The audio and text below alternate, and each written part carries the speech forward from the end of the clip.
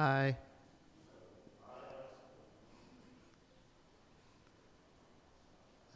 Thank you for coming. For all those that don't know, please silence your cell phone. Um,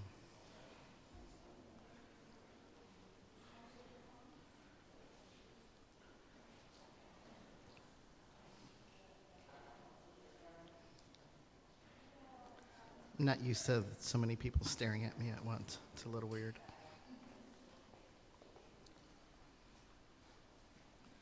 So oh, there you are, Micah. Can you hear me in the back? Yeah? All right. I'm going to start this off with a joke because that is what my dad would want. I was recently at a funeral for a friend of mine where I was asked to say a quick word, much like this. I stood at the front, cleared my throat, and said, "Plethora." "Thank you," his wife said. "That means a lot." Someone stands up, sniffling. They say, "Earth." "Thank you," the widow says. "That means the world." Another friend walks up and says, "Water hole," before sitting back down.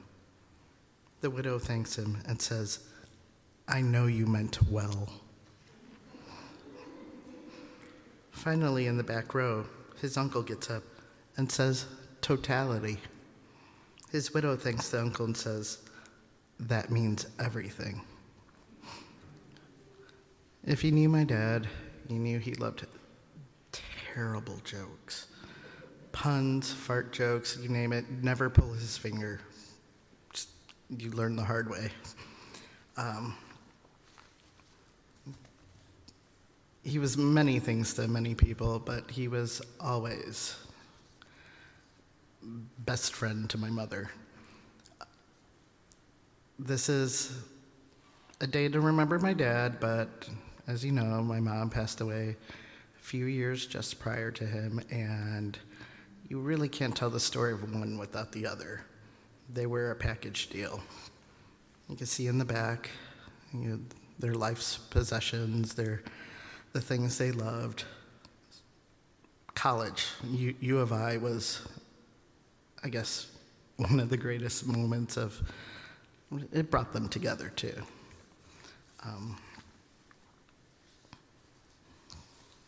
Sorry, I am,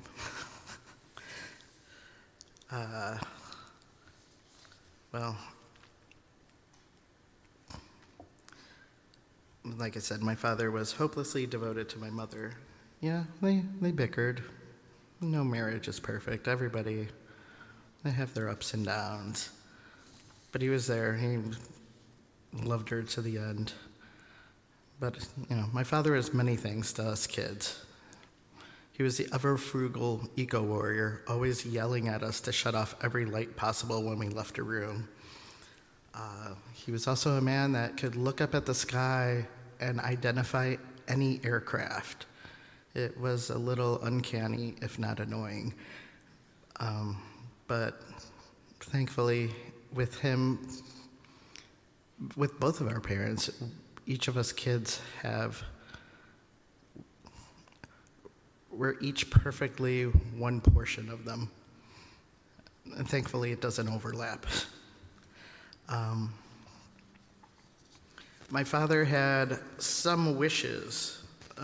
His internal wishes was to leave his corpse in the woods for the bears to eat.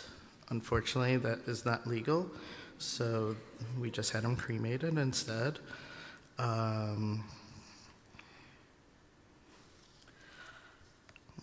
I don't know what else to say. Most things that I wrote down doesn't seem to do justice, but I'm thankful that you guys are all here. We have some of his coworkers. We have some of his friends from his past life, back in the college days, us kids, friends, and family. So if anyone Aunt Kimlin, would you like to share some memories? Anybody is welcome to speak. Thank you.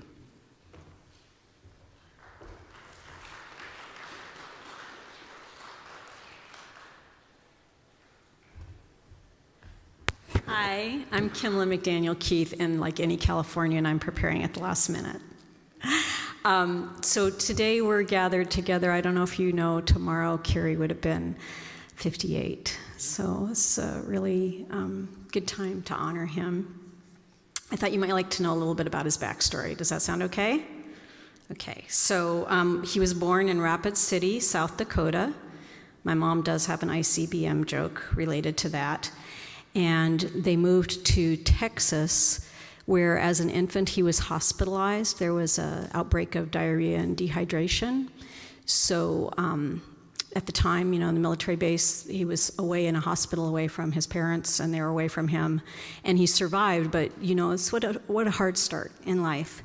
And they proceeded to have like 4 other deployments. I don't even know how many, because the one that I know is that when Mom was pregnant with me, so I'm 2.5 years younger than Kerry, they were stationed in Montgomery, Alabama. And while Kerry was in daycare, they called up the Dexter Avenue Baptist Church and asked to meet with Reverend Dr. Martin Luther King Jr., and did. So that's a little bit about his backstory too, as our parents were Unitarians, and we're here in the Unitarian Church. They also met at the University of Illinois in Champaign-Urbana. Then they were moved to Bossier City, Louisiana, where I was born, at Barksdale Air Force Base, and the 4 of us lived in an Airstream trailer, like not a mobile home, but a trailer. And they managed somehow beautifully. We managed our whole lives with 1 bathroom, and I have no idea how we did that with 5 people in our house. Then we went to Ramey Air Force Base for 4 years. So I was a year old and Kerry was 3 to 7.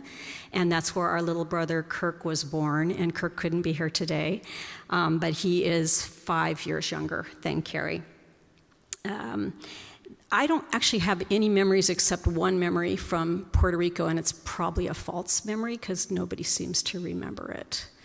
But then when I was in kindergarten and Kerry was in 2nd grade, we were in the Upper Peninsula of Michigan. Anybody know what that's like?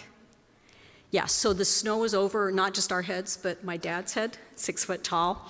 And the one memory I have, both my brothers deny it ever happened. It was that there was an ice park that were sculptures, and there was a rocket ship that was, colored with food dye, and you could climb in it. And I'm like, So Peter and I were looking at pictures, and I'm like, there's the ice park, but it's like definitely not like a rocket ship that you could climb into, so who knows. But we were just there for 1 year, one extreme year because of the weather. And then we finally got to move to Illinois.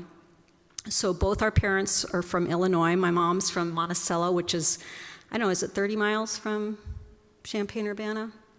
It's like what now is an easy commute, but not back then, it was not. And then my dad was from near Terre Haute, Indiana, a little tiny town, a small town called Marshall, and a tinier town called Martinsville. And so no matter where we lived, we were always going back and forth to our grandma's houses because my dad's father was still alive, but not much longer at that point.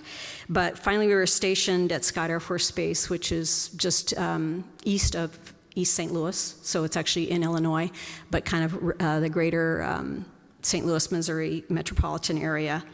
And we were there on the base for 4 years. And then in 1970, our dad was sent to Korea for a year. So after the Korean War, he never saw combat duty. Side story. He started out in Strategic Air Command, but he was a terrible pilot, so he washed out. So he went into military police. But he was sent to Korea, and we had to move off the base, and we moved to the next town over, which is called Muscuda, Illinois. And somehow, miraculously, they were able to buy a house for 1 year. That was the only time that we ever owned a house to get, as a family. And it was the first time Kerry got to have his own bedroom. So just imagine you're like a really smart, introverted kid, and you have this little brother 5 years younger than you who's kind of all over the place, and you always have to share a room. So it was like heaven when Kerry finally got his own bedroom, that 1 year in Muscuda. And as they were kind of keeping my dad in Illinois because his dad was ailing and very ill, but they finally sent him to another station, and that was in Massachusetts at Hanscom Air Force Base, and that's about 17 miles northwest of Boston. It's right between Lexington. Have you heard of Lexington? The shots heard around the world, and Concord, the Old North Bridge. Okay. But have you ever known that Bedford, can't get from Lexington to Concord without going through Bedford? Nobody's ever heard of Bedford, but the base was next to Bedford. So we got to Hanscom for Kerry's 8th grade. Kerry got the smartest kid in the school award at the end of 8th grade. And they didn't even tell him or our parents, so nobody was there to recognize him. But the one thing I can remember is he got a book about Albert Schweitzer, who nobody knows who that is anymore. But the only reason I know is because he got that book as his honoring for being the smartest kid in 8th grade. So we continued to live on the base, but the high school next town, Bedford, is where he started going. And he went there for 4 years, and we had like a year overlap during that time. And then he got into the University of Illinois, really didn't have other options because our family didn't have money to send him anywhere, and they had still an Illinois residency because in the Air Force you can keep whatever residency you want. And what they could afford is for him to live with Grandma Seimer. So Grandma Seimer was our mom's mom, who was like really our favorite person for my brothers and me, I think until Kerry met Janette. That was his favorite person, of course. So that was like a kind of a rough thing to be like an 18-year-old boy living 30 miles from campus and living with your grandma, even if she was really great. But I will say there's some people here today that he met during that time, and that's like really significant that he has friends back from his college days. Once he met Janette, it was Janette all the time. And I think Peter did a beautiful job in writing the obituary about that. And his kids can attest to that too. And I will say, for me, the greatest thing Kerry did was Peter, Victor, and Eric and their families, and what a joy it has been to be their aunt, even at a distance.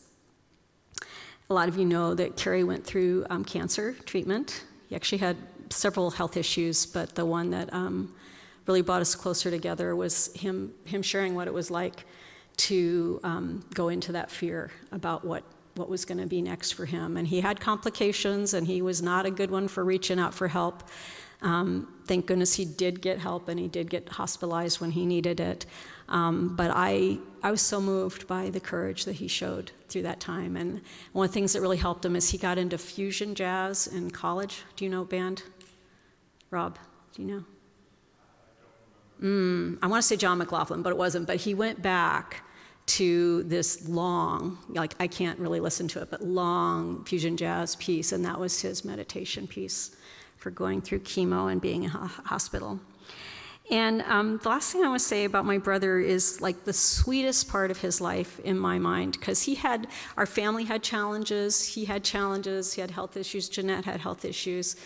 We lived far apart and we're not a close family, but he loved his grandchildren, Lillian and Micah, and they were kind of his whole world. He really just, it's kind of a heartbreaker for me that he had to wait that long in life to have a lot of kind of just joy and sweetness, but I really saw that and heard that every time. Every text I have has a picture of them in it. So, yeah, Peter, would you like me to call on the next person, or would you like to have open mic? Because I was going to call on my next nephew, Victor.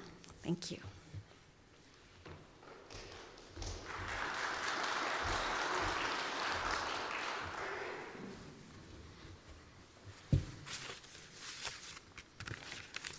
Good afternoon, crowd.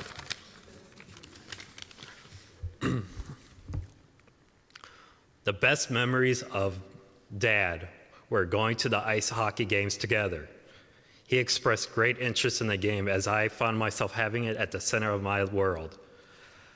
He confessed that as a child, he went to the St. Louis Blues home game while living near and around East St. Louis area, as my aunt expressed, as a nomadic U.S. Air Force brat.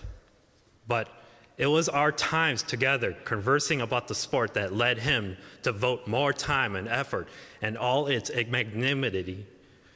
He would encourage me to grow by subscribing me the Hockey News magazine early on and ending when he bought me a small steel hockey net at a Pure Hockey store in Monona, Wisconsin, which was 2 months after Mom departed from us. Our first hockey game was at the Allstate Arena to see the Chicago Wolves back in around the mid-2K decade. Him and I, we took the CTA together, which was a long journey. But these experiences of going all the way to Rosemont set the tone for many other times we went to the games together as a father-son duo or as a family group. In that matchup, we saw an out-of-bounds puck hit an unsuspecting spectator in the face, causing excessive blood loss. For that, we learned to take the pregame warning to be aware of flying pucks at all times. Thank you, Ted. How can we forget the legendary pregame shows that have fireworks coming off the Jumbotron and pillars of flames jettisoned out so that he and I can feel the heat radiating upon our faces? He bought me, it was such a nice thing he did. He bought me a Chicago Wolves gray hoodie that I cherished for so many years.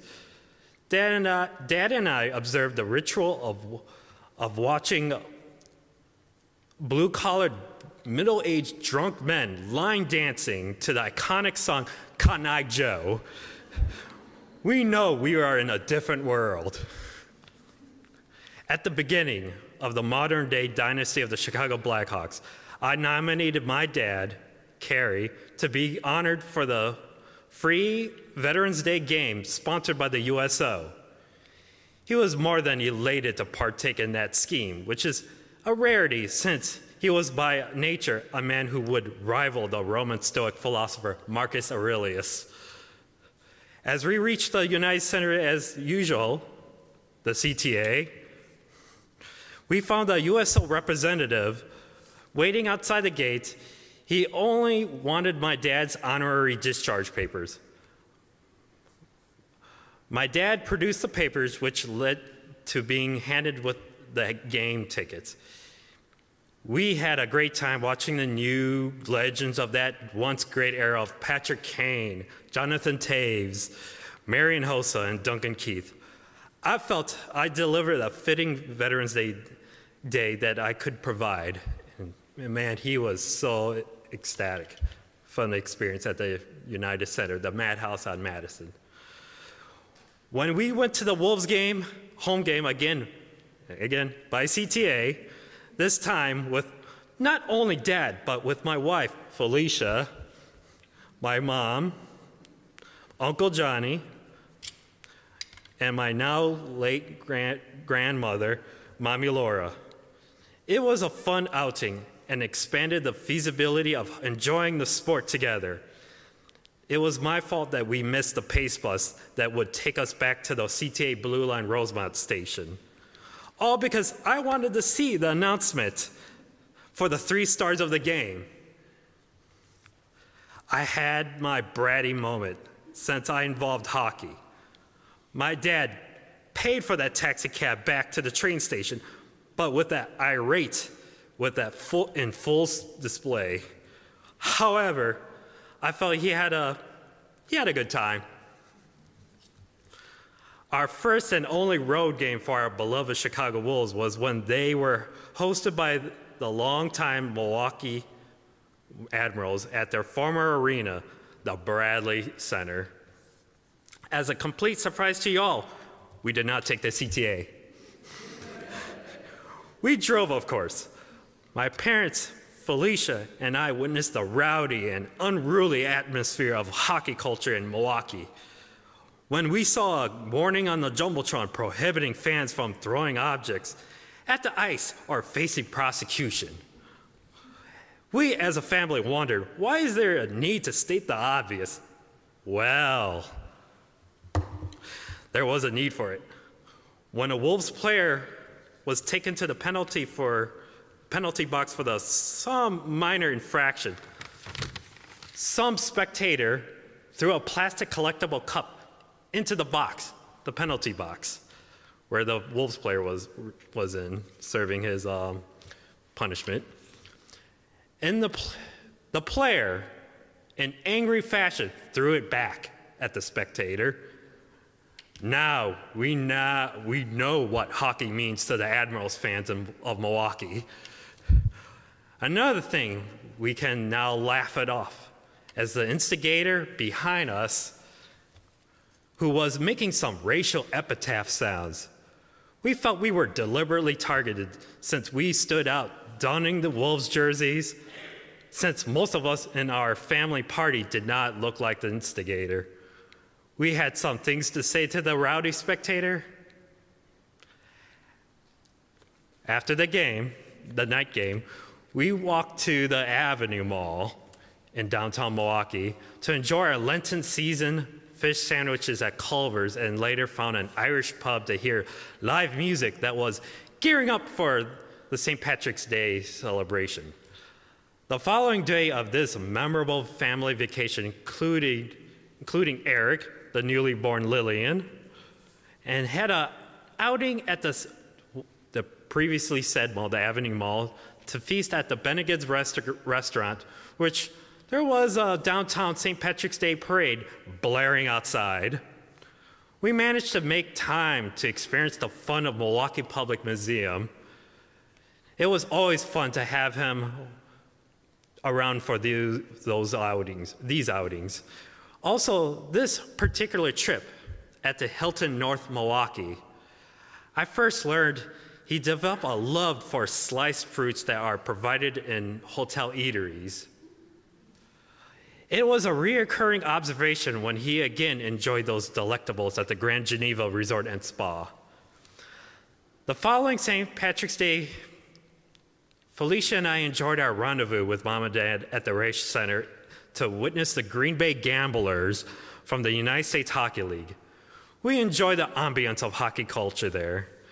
And another non-Chicago hockey team experience was when we attended the Madison Capitals host the Youngstown Phantoms at the Bob Sutter's Legacy 20 Arena in Middleton, Wisconsin. It was during the twilight years of Mom's life. Her mobility was restrictive, but we managed to get the handicapped seating and managed to sit together as a family. That same night, there was a nasty snowstorm that hit Middleton. So Dad's four-door economy car we were in was unable to get out of that deep snow in the parking lot. Felicia and I, sitting in the back, were getting nervous since temperatures were plummeting. So to help Dad out, since he was the driver, we swayed our upper bodies back and forth to get the driving wheels to reach new traction. And guess what happened? Our violent rocking motions worked. Another memorable moment with Mom and Dad was the 200th anniversary of the War of 1812, which was June 18th, 2012. Mom, Dad, and I went to the John Galloway Memorial Fund game to watch the alumni players match up between the Chicago Wolves and Blackhawks. So, mind you, these graybeards such as Troy Murray, Sheldon Brookbank, and Wendell Young were out of shape and played soft as it was almost like it was an all-star game. No surprise, we did drive to the Fox Valley Ice Arena in Aurora. No CTA. In one illustrious game, the parents, Felicia, Eric, and myself went to the Wolves home game, seeing his first taste of the sport, which was a delight when he bore witness to the pugilists enforcing with their fisticuffs.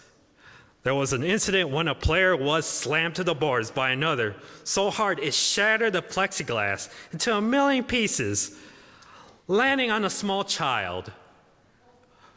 No worries, attendees of this father's celebration of life. The child was completely fine. After the game excursion, the family filled our bellies with Culver's, distance from a short walking distance from the arena. Walking about the intense energy output by the game, can you all sense the Culver's pattern here? Dad loaded me up with hockey literature as a way to continue our bond. He was always thoughtful when shopping at any bookstore.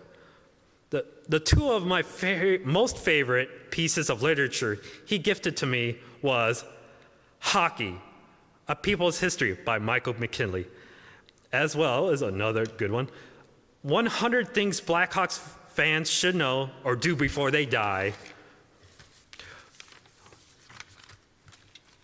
or Before They Should Know by Tab Bamford. I should have my dad read the latter book. He would be near my level of understanding of the game. The last hockey game we went gone together was at the University of Wisconsin men's hockey host the University of Minnesota Golden Gophers. The Badgers defeated their traditional ice rivals at the Kohl Center. It was fun to witness together the mist emanating from the rafters. After every goal, the concert band performed behind one of the goalie nets, and at the end of the game, the players line up, sing their school melody. We felt the collegiate atmosphere. It was a blessing to bear witness, but said in those few days' visit were the last time I ever saw my mom. After my visit to Mecca, the Hockey Hall of Fame with Felicia, there was much discussion with the parents on going back there for them to see. Those aspirations faded away as one by one passed on to their next life. Lord, our Father, called him home to rejoin with my mom, who waited not too long, at least from what I see. They can see Hall of Famer giants such as Gordie Howe, Terry Sawchuk, and the Golden Jet in spirit. Hockey culture was immersed in our family. I have much to thank God for encouraging me to grow my interest in sport. My dad, he was part of it in every part of the way. To borrow from Walt Disney's Miracle, Dad and I did not see hockey. We lived it.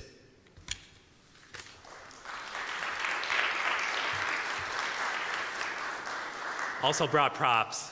So as I gifted to my dad, our dad, I gave him a customized jersey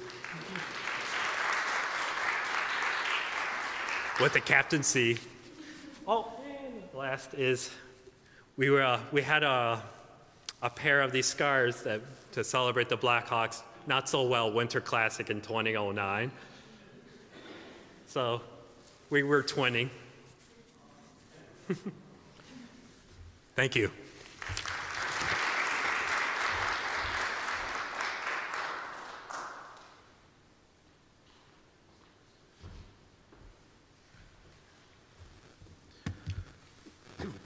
Hello, everyone.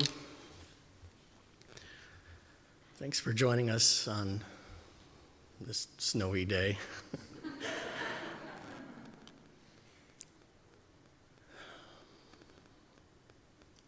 I think today we're going to see a very wide array of different stories and storytelling from folks. So appreciate Victor on your humor-driven memories being recalled, and Kimlin. Kimlin, where are you? You said that you didn't prepare for that? That was very well put. Great. I think a lot of us are going to share very similar stories and memories of my father, because I don't want to say he was predictable, but he had characteristics and traits that we all saw day in and day out.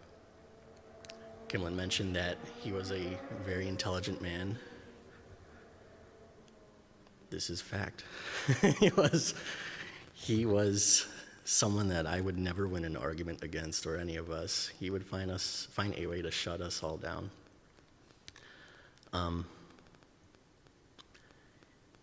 Going to being able to identify aircrafts in the sky,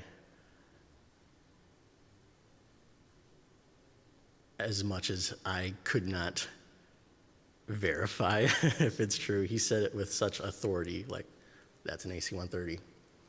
Take it to Vegas.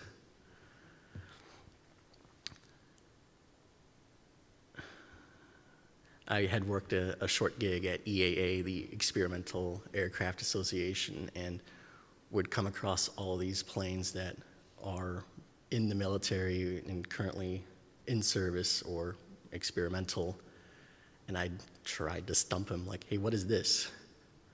And he'd identify the aircraft, or I'd send him something that had never been seen in the public, and he wouldn't be able to identify it. So I take faith that he's telling the truth. So I think a lot of our stories of him are very similar in nature. So we might be repeating some of the same points together. You can consider me like the color analyst of a NFL game. I guess it's my opportunity to refer to myself as Tom Brady right now. My dad attended U of I, and he studied multiple programs, but I believe he ended with astronomy. And one thing that we would talk a lot in common was programming, software development. But even though it's the same topic, we felt like we were in different universes because of the almost 50-year difference from when he attended U of I and when I went to school. But that didn't deter him from any disinterest. He would be very interested in how things have changed compared to his day. I would yak. He would give me a glassy-eyed JavaScript. He would appreciate hearing how things have evolved. So I conversely deeply enjoyed hearing what it was like when he was a student, how things were different.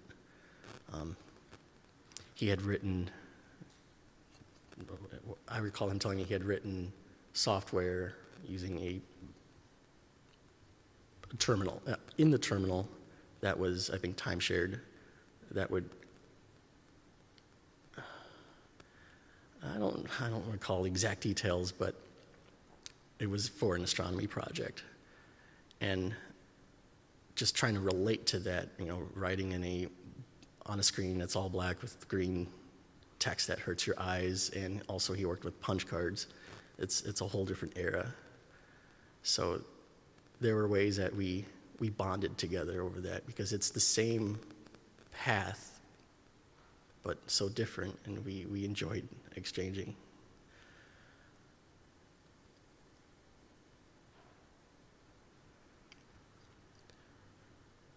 When he had his pancreatic duodenectomy, and I love saying that in full, when he had his surgery for cancer, he was hospitalized for some time, and I would stay with him at the hospital, just keep him company. But there were some strides where he just did not or could not talk, and he just wanted to relax, but he would tell me, nope, keep going. Tell me more, tell me what you're doing. At that time, I recall, summer of 2023, I was taking an artificial intelligence class, and he just wanted me to keep talking about it. I'm like, Dad, this is boring. I don't see how this is interesting. And he said that he loved hearing about it. So he, even in illness, was infinitely curious, always wanted to learn more. And I remember him best for that. For those who don't know, when he was diagnosed with pancreatic cancer, he was on the fence about what to do, and I'm sure everyone has that internal struggle inside. But he found the answer, and it was with his grandchildren, Lily and Micah. He wanted to see them go to school, what high school, what colleges. He wanted to know if he should buy some swag from their respective schools. He talked about going to their weddings one day. That kept him pressing forward despite, the pain from the chemotherapy, as well as the surgery itself and everything. That kept him in good spirits.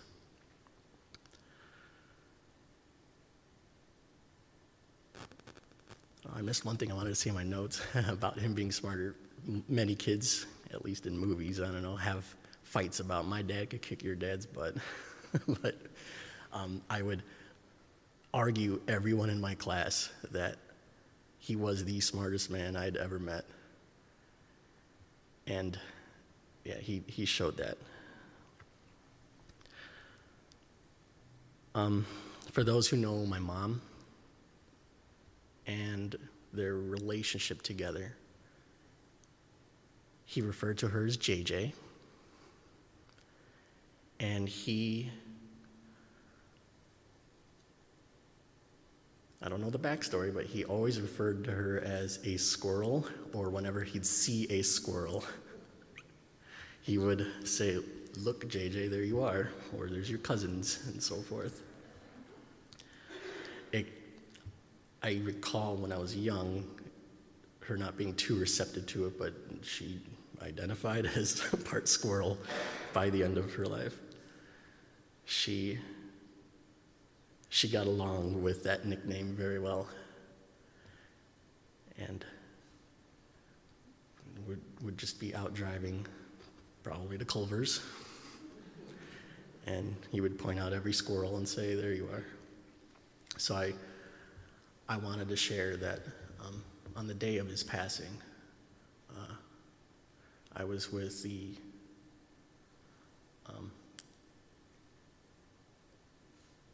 I'm drawing a blank.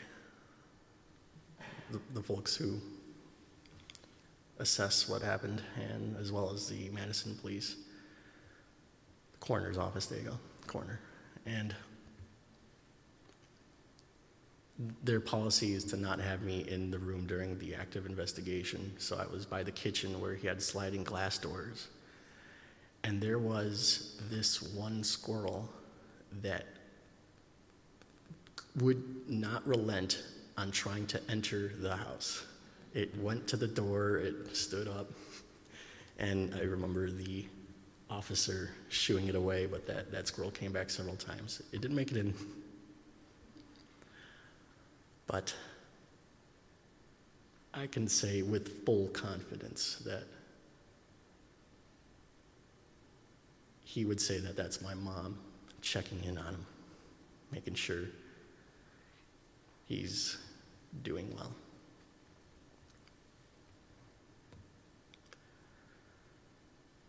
We will miss him very well, very much. Miss him every day. Thank you for everyone for coming.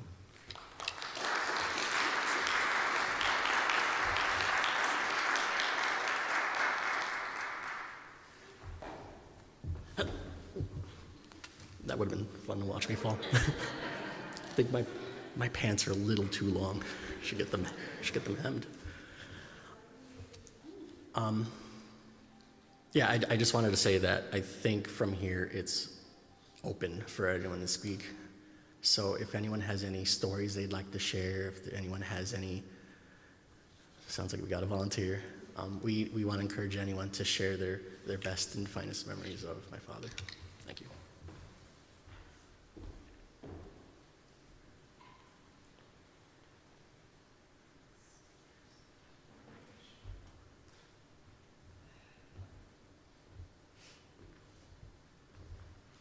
Good afternoon, everyone. Thank you, everyone, for coming out. I know that this is supposed to be a celebration of life, and we have all these great and wonderful stories. And I know I started off the day a little bit sad, But when I just look and see all these friends and family and extended family, it just moves my heart. Victor and I met, 13 years ago. And it's so funny because when we first decided to become a couple, I told him, I said, well, you better give your parents like about a good 6 months head start that you're moving out. And he told them, I'm moving out. And they're like, yeah, okay, sure thing. Like 2 months after that, I'm like, did you tell them? He's like, yeah, what are they saying? They said, fine, okay. So remind him again. So he reminds them again, he's moving out, and they're like, okay, okay. Then he comes home with boxes. And they're like, what's with the boxes? He's like, I'm moving out. They're like, when did you say that?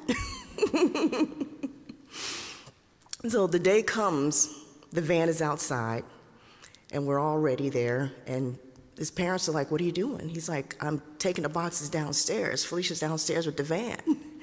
And they couldn't believe it. But here's my father-in-law. Oh, I guess you better go. So it just goes to show that they love Victor. They love all their kids so much. And to be a part of that, it's just amazing. We go so many places, and we have so much shenanigans. And yes, we were in the car going scooch, scooch, trying to get the car up the hill.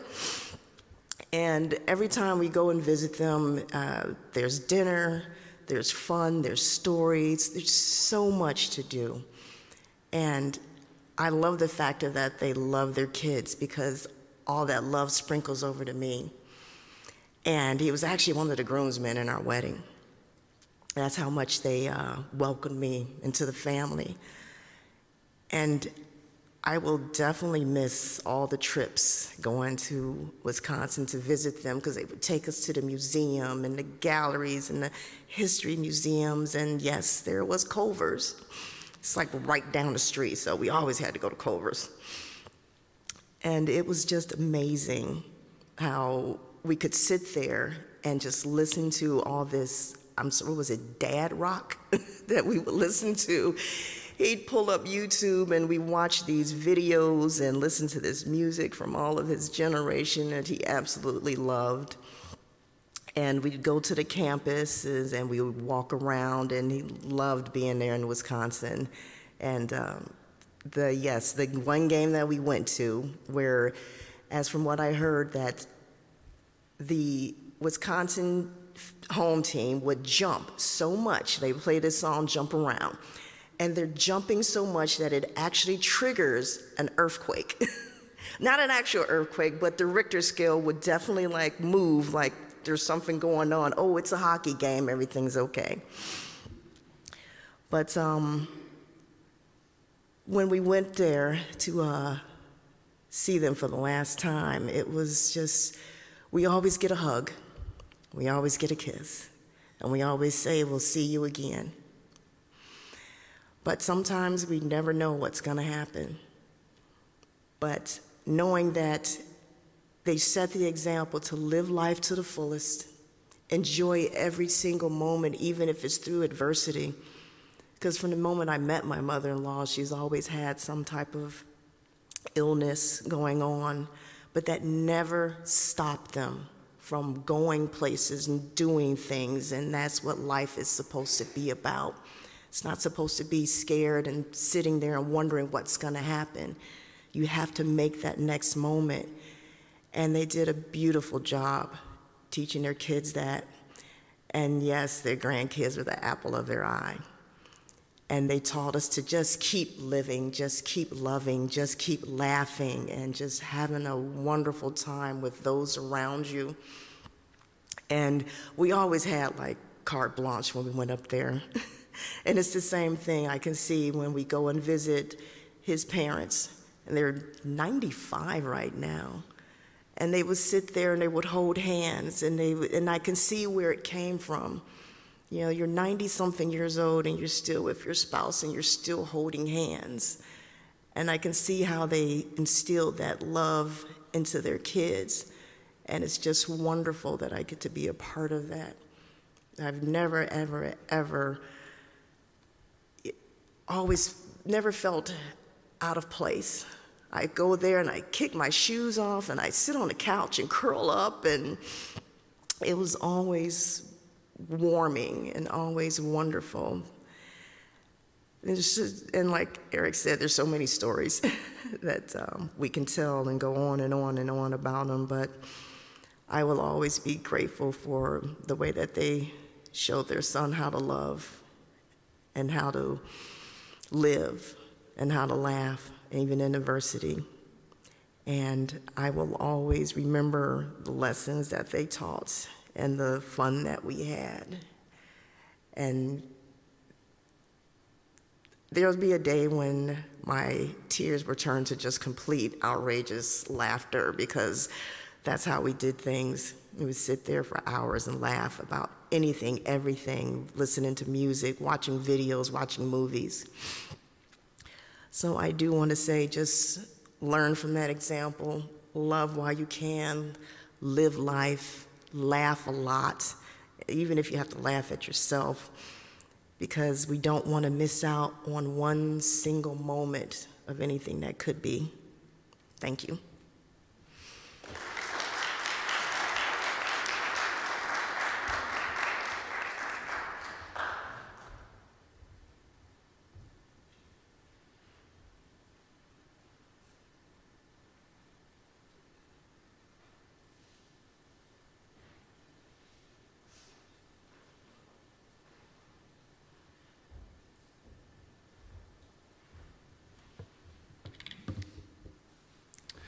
Hi, my name is Rob Flavell. I am a professor of atmospheric science at the University at Albany in New York. Almost 50 years ago, I literally ran into Kerry, or he ran into me, in the stairwell of the Astronomical Observatory on the campus of the University of Illinois. We immediately became friends. It was September 1976. I was a freshman, Kerry was a sophomore. We were both taking Astronomy 101. It was because that was my major at the time, and Kerry took it owing to his love of science. We were at the observatory for an open house. Every person we meet, every interaction, I'm obviously not going to get through this, so. Every person we meet, every interaction changes us in some way, hopefully for the better. I can think of two ways in which I affected Kerry's trajectory, one minor, one major. The minor one involves politics. When we first met, Kerry was a rather conventional liberal with entirely conventional liberal ideas who thought it was a pretty good idea to vote for Jimmy Carter, who was running for president at the time. And my own political philosophy was not yet well formed, but I was attracted to libertarianism because I thought that not trying to run other people's lives was a pretty good idea. So nowadays, the idea that two people with different political views could become friends almost seems quaint. Maybe it isn't even possible anymore. Well, you know Kerry, since you're here, you know he'd like to talk, and from my perspective, he was a pretty good debater, and he proved that to me over and over and over again. So perhaps out of self-preservation, I discovered that there was a libertarian student group on campus, and I got him to go and attend those meetings with me. We fell in with a pretty good group of people. It was a great time. We set out to improve the world, but we ended up by primarily meeting once a week to drink beer and play darts. In any event, Kerry eventually decided that voting Libertarian instead of for Jimmy Carter was a pretty good idea, so that's one thing we did together in our first semester as friends. As for the major one, although she attended a different college, my sister had some friends on the University of Illinois campus. They belonged to a fraternity called Zeta Psi, and she suggested that I go over there and meet them. I brought Kerry along with me. We ended up by joining the fraternity in the spring of 1977. Amongst the members was Ray Delatorre, and his sister Janette participated in fraternity events. And that's how Kerry met Janette, the love of his life. The Zeta Psi chapter was another group of good people, but the chapter faced what proved to be insurmountable challenges. The chapter house was located far from the other frat houses, and that made recruitment a challenge, and recruitment never reached a critical mass that able to allow that fraternity chapter to be viable. The house itself was also in fairly poor repair, so the Zeta Psi chapter of our lives lasted until the winter of 1979, when it collapsed and a bunch of us abandoned the house and sought new quarters elsewhere. During that period, Kerry and I became roommates for the first and only time. So we stayed in a place that Kerry dubbed the cheap motel. So you may have heard him mention that. It was not cheap, it was not a motel, but it seemed a very fitting description of the place. It was called Florida Avenue Apartments. It was on Florida Avenue in Urbana. It was so far from campus, it could have well been the state of Florida. So it just seemed to take forever to get to campus, but anyway. So Kerry and Janette eventually relocated to Chicago and started a family. Kerry got a job with the CTA, as you've heard, one that let him invest his downtime into his passion for reading. He started amassing what seemed to me a spectacular collection of books and magazines that he displayed in makeshift bookcases in his apartments that always seemed to me to be on the brink of collapsing. Indeed, every time Kerry contacted me that they were moving yet again, my very first thought raced to how the heck was he going to move all those books. As for myself, I ended up by getting a master's degree at Northern Illinois University, where I met the love of my life, right? And I recall our first exchange was her informing me that I didn't tie my shoes correctly. We were on our way. Eventually, Maine and I ended up back at the University of Illinois, where she received a master's in statistics, and I got a PhD in atmospheric sciences. During those days, we would trade visits with the McDaniels back and forth between Chicago and Champaign. It's strange what trivial things you can remember or become memorable, but I need to describe one regarding Peter. We were up in Chicago for a visit, and we met up at the we met up at the Museum of Science and Industry. Peter was a precocious and special child and took to saying directly into my ear, "Big fat turkey toes." So sometimes he whispered that, and sometimes it was yelling, but I never forgot that. And in any event, when my son was small, I would say that to him, and now we have a 3-month-old granddaughter, and I say that to her, and it makes her laugh. So the tradition continues. Time passes all too quickly.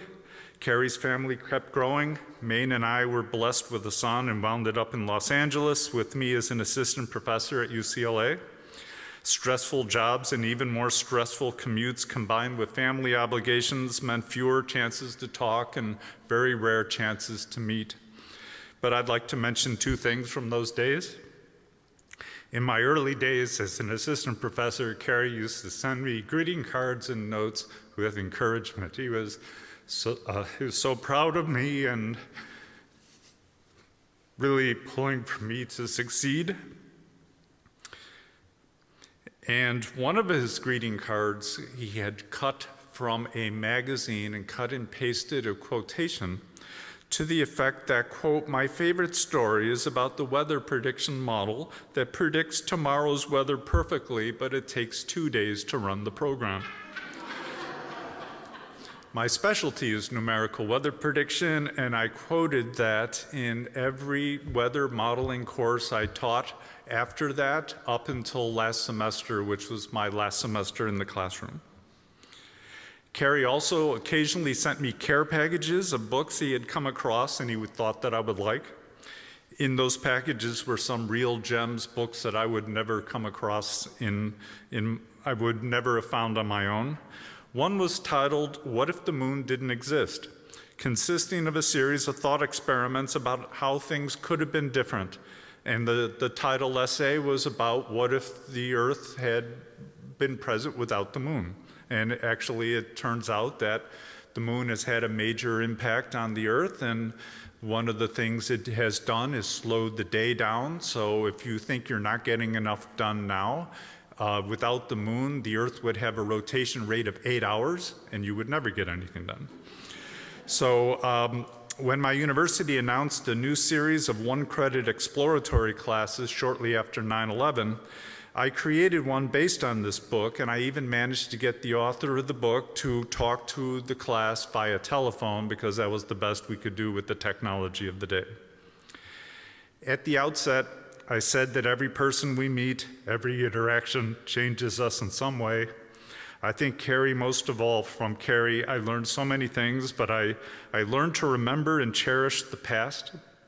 I've always been so preoccupied with the present and the future that I would forget about the past, the milestones achieved, and the people met along the way.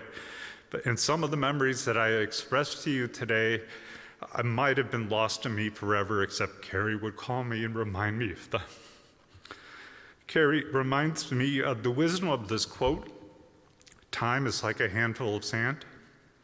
The tighter you grasp it, the faster it runs through your fingers. But if you caress it, like a mother does a child in her arms, it will leave in its wake memories of its gentle flow rather than the roughness of its stones." I'm sorry we have the need to have this memorial, but I'm grateful that it was possible. Thank you.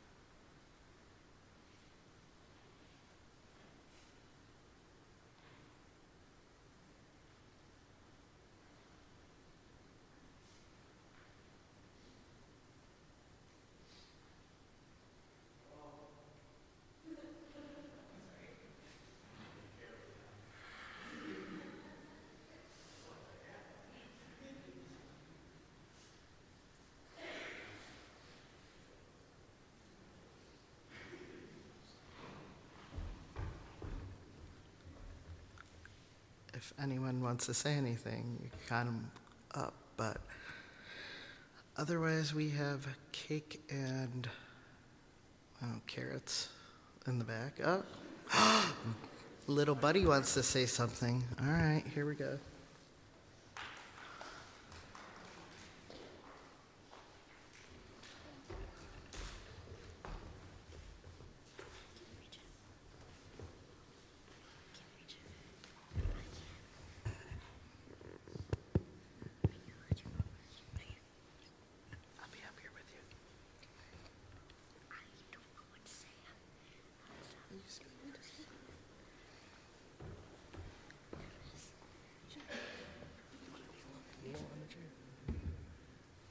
Scoot it forward for you. Can you kneel? Does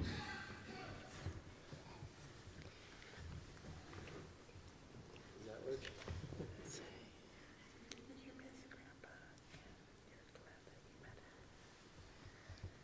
Good morning.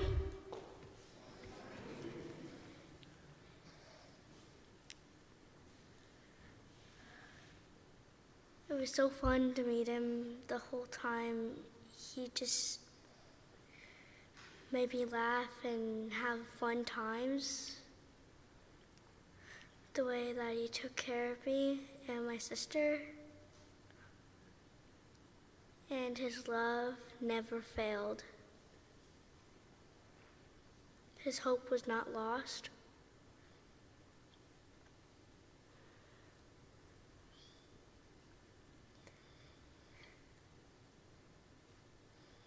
We all do miss him too.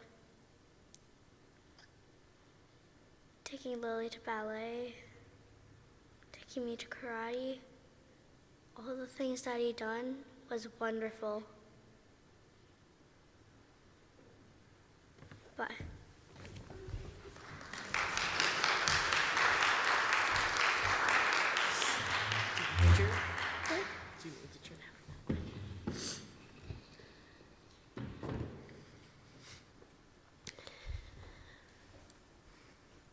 I don't really know what to say.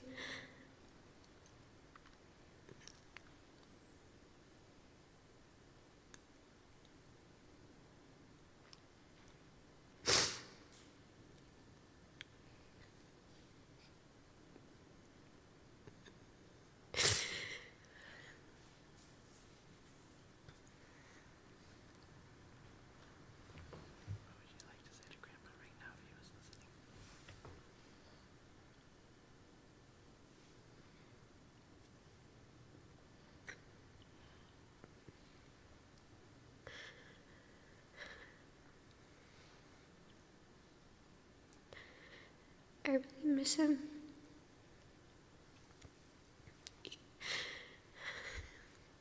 Even if he wasn't with us all the time, he was still there,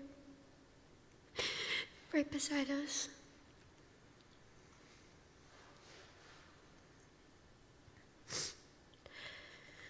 I remember when a couple years ago, when I asked him to come to Grandparents' Day at our school with Meg and I, he obviously wanted to come because he loved spending every minute with his family. And I introduced him to all my friends. They all met him. I know that my teacher at that time, Mr. Schlief, he had bonded with him because they knew a lot more stuff than I would. The one thing I liked to do was talk to my friends, say, my grandpa knew everything. He was the smartest person. He had all the knowledge. And I would bring some of my friends over. We'd ask them some random questions, and he would answer them without a doubt. And that amazed us all. It amazed me.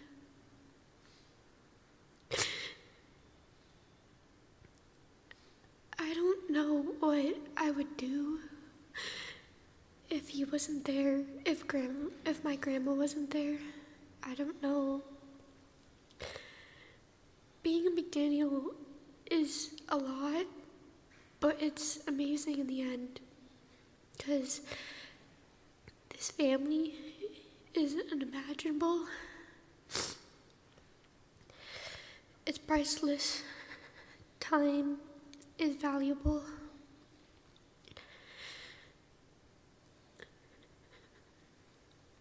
I have so many memories, even though I can't really put them into words, because words aren't there. Family's forever. Memories are forever. They're always right beside you. Asking him about his childhood was nice, getting to know what he liked, what he did. Even though some of the stuff he said was boring, I still found it fascinating. So boring. He did love paper, that's for sure. I love printing paper up. He loved school. He always would ask us, how was your day at school? What did you learn? Taking us to school, he always asked, what do you want to listen on the radio today? You've seen other kids Bop or Beatles, but I chose Beatles.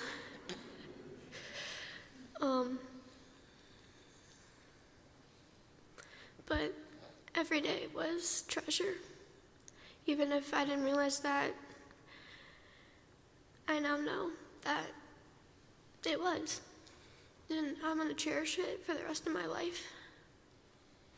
He is one guy that probably will never, and hopefully will never be forgotten. He was someone to lean on. He supported you, even though he never said, like, even when he came to my Nutcracker shows, I would ask him, what's your favorite part?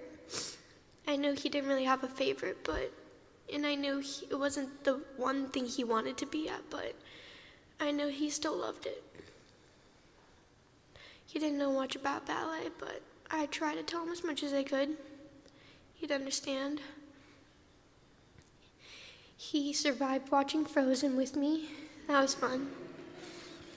He survived watching Paw Patrol, Power Rangers with Micah. He survived a lot of things with the worst things that kids could ever watch. Masha and Bear, yeah, he loved that show. He loved how it was Russian and stuff. But I really miss him.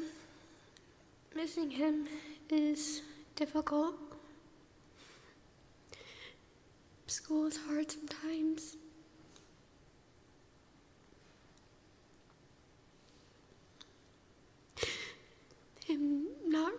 able to take us to school anymore. It's difficult. There's a bunch of things I wish I could tell him. A bunch of things I wish I could show him. I got point shoes. I'm learning how to play guitar.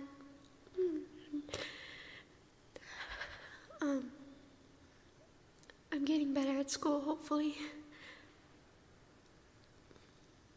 I'm learning things that I knew he would think were interesting while I thought were boring. Science, for example. But even if he isn't here, he's still here. He doesn't have to be right in front of our eyes. Our hearts are there. So is he. Thank you.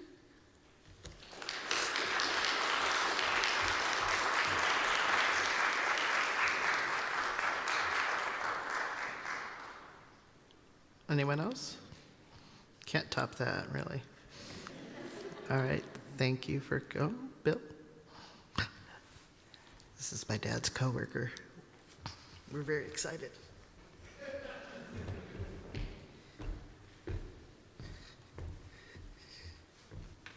Hi, my name's Bill Moore. I worked with Kerry for 30 years.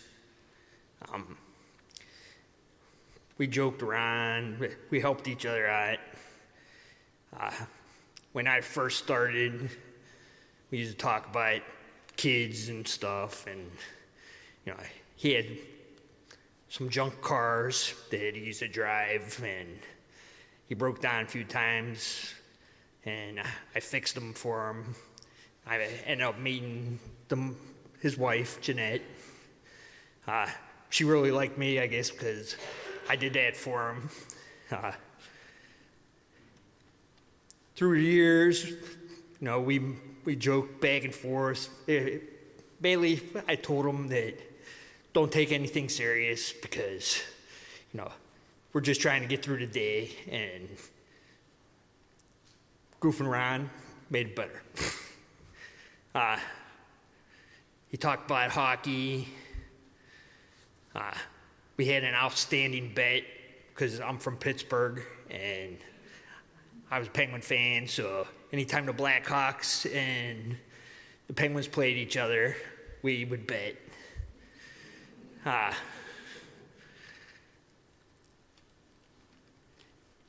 He was a smart guy, but I used to tell him that you might think you're so smart, but here you are in the same place as me, so. And that would bring him down a few notches. But I knew he was a good guy. He used to take care of his wife when she got sick, and she was sick for a while, and he battled for her and helped her.